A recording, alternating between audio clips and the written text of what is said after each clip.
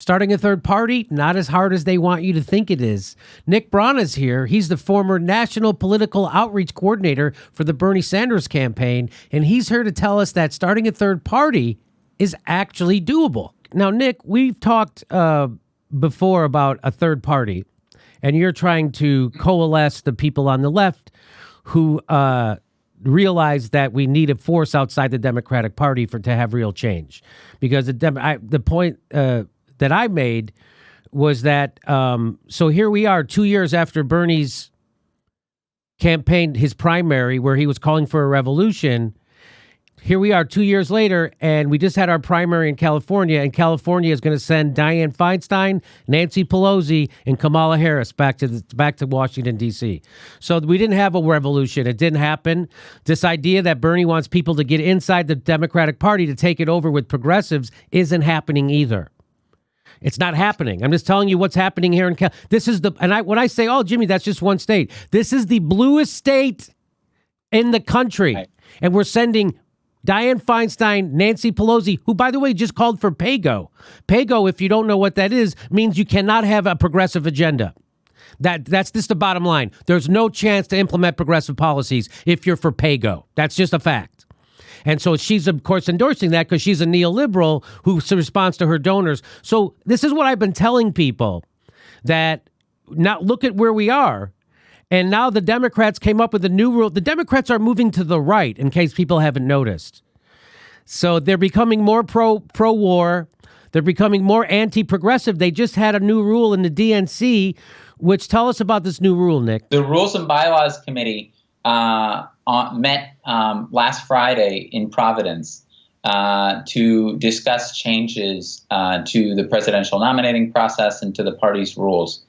And the 32-member body, the Rules and Bylaws Committee, which is in charge of making the rules for the party, unanimously passed a new rule that says that in order to run as a Democrat for president, you have to your writings and your speaking in the past have to have affirmatively demonstrated your faithfulness to the Democratic Party. So that can be defined however the heck the DNC wants to define it. In fact, it's just one person who gets to make that choice. It's Tom Perez. Tom Perez alone can decide that, I think you've been a little too critical of the Democratic Party. You're out, So what you're saying is Tom Perez alone, the DNC chair, can say that Bernie Sanders or any other progressive is not a Democrat in good standing. Yes. And exactly. People go, well, they would never do that. They cheated him the first time, and no one's talking about that. So this new rule means that they get to decide who's a Democrat and who's not. And why, you think, why, as the Democrats, they think, well, why bother cheating him, waiting till the primary to cheat him, or waiting till the convention to cheat him, when we could just, block him from even running in the first place? We can cheat him at the door. You don't even get access to the ballot anymore. So it's like, why have 718 superdelegates, party elites, and insiders decide, the Democratic primary, each of them with the value of 10,000, mortal votes, when you can just have one person, Tom Perez, say, no, you can't run. You have not been faithful to the Democratic Party because you didn't give us your email list, or because you didn't fundraise for us enough. You critiqued us too much. You challenged this corporate Democrat that we didn't want you to. What they're going to do, Jimmy, is that they're going to wield this as a cudgel, as a scepter over any progressive, who would dare run in the party and challenge the corporate orthodoxy. They're going to say, if you step too far out of line, we can veto you, and you better know that. So you stay in line, so when the establishment approaches Bernie and they say, Bernie, I don't want you to endorse Cynthia Nixon.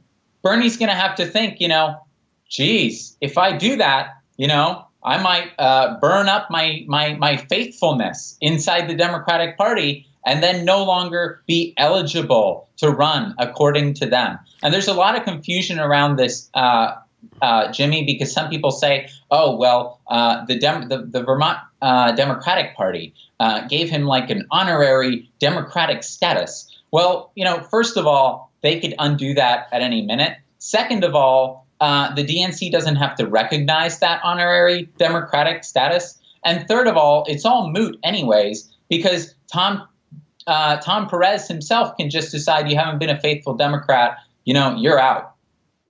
So I keep trying to tell people, we're 2 years later after Bernie's primary was cheated out of it. He decides to keep telling people to join the Democratic Party. They keep cheating progressives left and right. This new rule is a perfect example that they could nullify his presidential bid in 2020, which is why everybody thinks he's staying inside the Democratic Party, because he's planning on running in 2020. But this new rule means they could just disqualify him. So if he runs in 2020 and they cheat him again, which they will, right, and he can't overcome their cheating this time and he loses, what has he accomplished in these 4 years? Because progressives are not taking over the Democratic Party. Contrary to popular belief, the Democratic Party machine is defeating progressives left and fucking right across this country right now. Just like I told you, and the Democrats left here, the bluest state in the nation is sending Dianne Feinstein and Nancy Pelosi and Kamala Harris back to Washington, D.C. So why do you think Bernie is doing this? Because if he doesn't win in 2020 and he has created no progressive movement. Well, that's the problem. I think that Bernie thinks that he can win in 2020, but really everything that the DNC has done, what the Rules and Bylaws Committee is doing, says otherwise. The Democratic and Republican Party are controlled by the same donors, the same corporations. Do you think for a second, does anybody think for a second that if those donors said, block Bernie from running, or let him run but sabotage him during the primaries or the convention, that they wouldn't do it? Of course they would do it. That's what they exist to do. They're each that's who they're accountable to. So I agree with you, is that as a result of I think Bernie wanting to run in 2020, the entire movement has been overly oriented, towards the Democratic Party, without kind of like, without building the alternatives and the backups, that we need.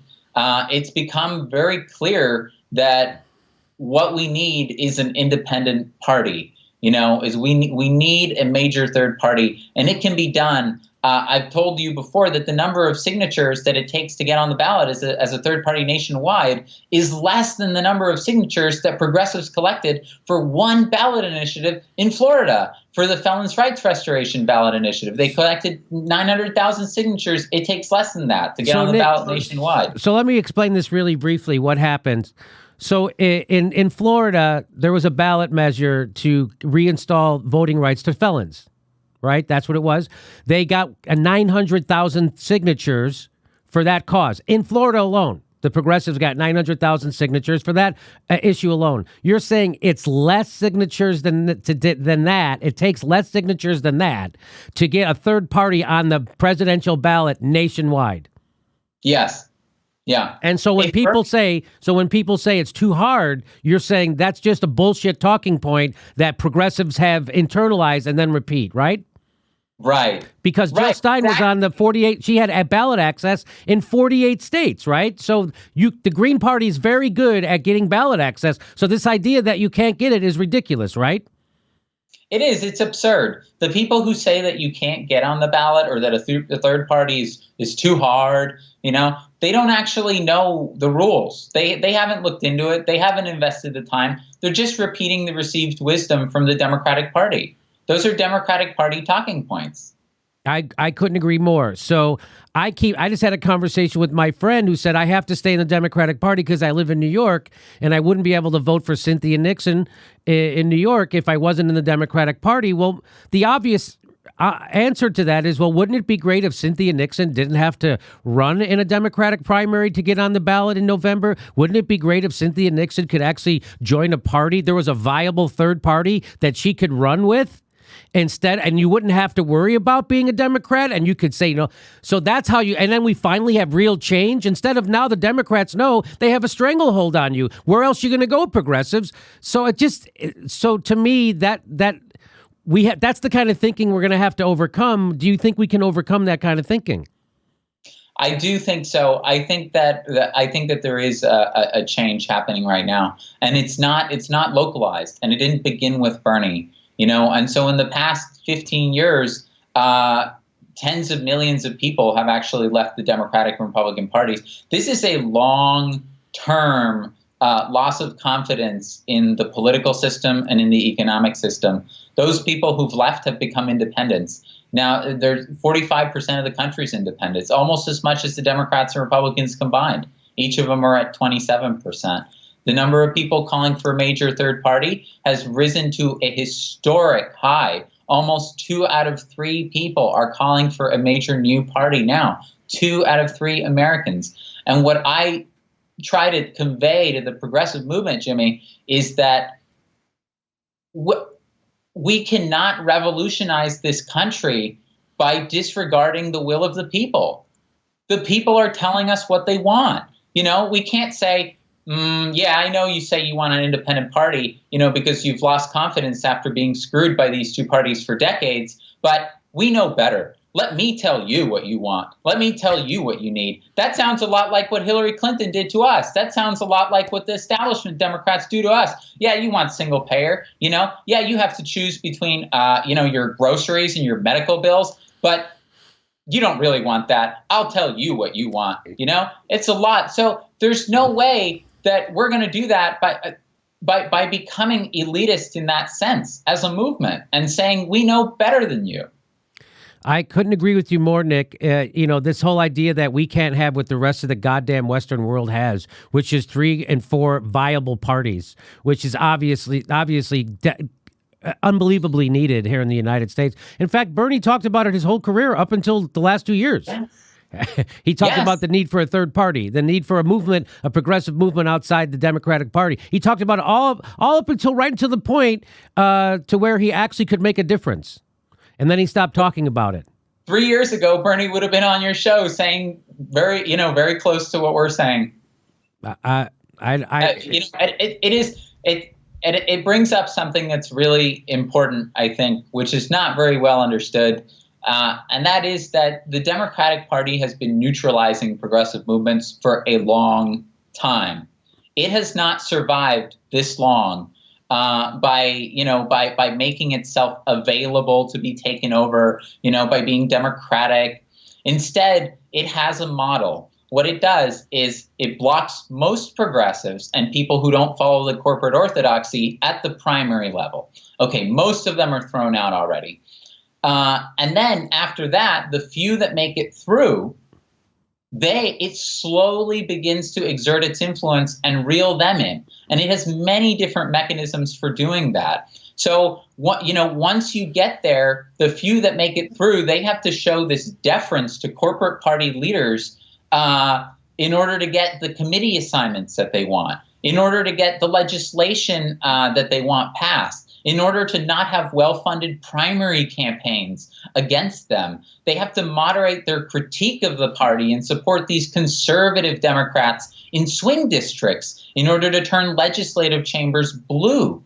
They have to then trade favors and votes with neoliberal committee heads in order to in order to get their own legislation heard and brought to the floor of that committee or to the chamber. They have to secure the blessings of the establishment to avoid these, to avoid being challenged. So they have to toe the party line also to get to any higher office. So the minute they get there, the structural dynamics of the Democratic Party and what it takes to, accomplish anything and what it takes to relate to the people there begins to morph and take you over. The longtime head of the Working Families Party summed it up when he said that you don't take the Democratic Party over, it takes you over. So most people lose in the primaries. The few that make it through get reeled into the establishment. And it's not because they didn't have the integrity as a person. It's just the structural incentives. You put someone in that environment, and that's what happens. And that's why we need a completely different party to replace that structure, one that is democratic, one that allows you to throw out leaders who aren't representing what you want, one that makes its decisions on the basis of what the people want in terms of the platform. The people decide the platform. The party members decide the platform. They elect the members. When the Democratic Party said it was going to, reform itself, and it created the Unity Reform Commission, did it do a tour of of working people across the country and ask them, hey, what kinds of changes do you want to see in the party? No, it created a commission with some party elites, corporate lobbyists, and consultants, and then gave Bernie Sanders a few appointees on that, a minority, and then said, hey, you guys come up with it, So we're essentially saying that corporate lobbyists that sit on the DNC and on that commission, and consultants and people like Donna Brazile, who literally participated in rigging the 2016 election, are now going to decide whether the political revolution has our permission to continue within the Democratic Party. Wow, that's when you look at it like that, it sounds ridiculous, right? Anyway, Nick, I couldn't be with you more. I just want Bernie to answer our questions. We support his. Everybody supports Bernie's policies. We all are progressives. We just have a difference in strategy, and we'd like him to explain it to us. Because if Bernie Sanders doesn't become president in 2020, which the Democrats are already right now starting to lay the groundwork to cheat him out of it. And if he doesn't, he's got no movement. There's nothing has happened. Like I said, the bluest state in the country right now, California, is sending two or three of the biggest right-wingers back to Washington, D.C. Dianne Feinstein, Nancy Pelosi, and Kamala Harris. That's the bluest state in the country. So Bernie's hero, Eugene Debs, You just think, what would Eugene Debs do if he were here today? Eugene Debs was a member of the Socialist Party. He ran for president for jail for speaking out against the First World War. Right. So you just think today, if people like Eugene Debs and people who actually, participated in the independent movements in the past, which, by the way, as you pointed out before, have given us all of the legislation that we cherish today, from a 40-hour work week to Social Security and to child labor laws, and abolition and women's rights. If they were here today, they would look at us, with the internet and an ability to organize that is just unparalleled. A technological ability to get the word out with shows like yours. And they would they would shake their heads and think, wow, you have it so much easier than we did back then to organize. It is literally so much easier. Today we have the internet, we have organizing tools that we've never had before. We have the ability to crowdfund directly from the people. We have the ability to get the word out directly to the people. We don't have to go through, a few corporate mainstream media outlets anymore. The stakes are higher today than they've ever been before. And at the same time, the potential of the world that we have to create, of an abundant world, where we don't have to pick winners and losers, where everybody has enough, is higher than it's ever been before. And the ability to realize that alternative is greater than it has ever been before. So what are we waiting for? Well, I don't know what we're waiting for. Again, the Democratic Party has proven itself unredeemable. It is not reformable. That's not happening. They keep going farther and farther to the right. It's not happening. So I just asked Bernie what he thinks he's doing and what the plan is to keep telling progressives to join the Democratic Party, and the Democratic Party turns around and cheats those same people he's telling to join the party. They're cheating him right now, just like you said. They have this new rule. All the Tom Perez has to say is Bernie's not a Democrat in good standing. You're out of our primary. So anyway, Nick, thank you very much. And People should go to your website, right? Movement for a People's Party. Is that .org? forapeoplesparty.org. Yeah. For apeoplesparty.org. Okay. That's right. Yeah. And if you support our work, if you want to see this happen, please come over, volunteer, donate, contribute, support us, because we don't take corporate money and we're never going to. So we're as strong as you make us. Okay, Nick Brown, thanks for your time. The next live Jimmy Dore show is July 1st in Portland, Oregon, July 15th in Chicago, and July 27th in Burbank, California. Go to jimmydoorecomedy.com for a link for all those tickets to those shows.